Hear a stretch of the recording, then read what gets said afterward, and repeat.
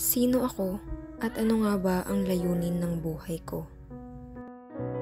Ako si Alia Katrina Reyes, 17 taong gulang, at sa loob ng 7 taong gulang ko dito sa mundo, madalas kong naitatanong sa sarili ko, kilalang kilala ko na nga ba ang sarili ko? Kung sasagutin ang katanungan na ito, masasabi kong ako ay isang taong may mga interes at pangarap. At ang bawat pangarap ay nagbibigay ng direksyon sa aking landas na tinatahak. Saksi ang aking paglalakbay patungo sa pagiging mas malapit sa sarili.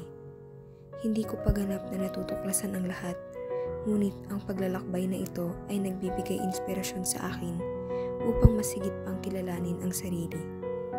Dala ang pag-asa na sa bawat hakbang ay mas malalim pa ang aking pag-unawa sa tanong na ito.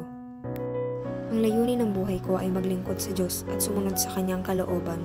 Layunin ko ring magbigay ng positibong kontribusyon sa mundo at makapagbahagi ng saya at inspirasyon sa iba.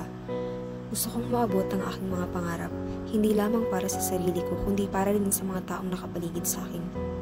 Nais kong magtagumpay sa aking propesyon upang magkaroon ng magandang kinabukasan para sa aking pamilya. Itinatatak ko sa aking isipan ang mga layuning ito upang maging mas determinado ako sa aking paglalakbay patungo sa kanila.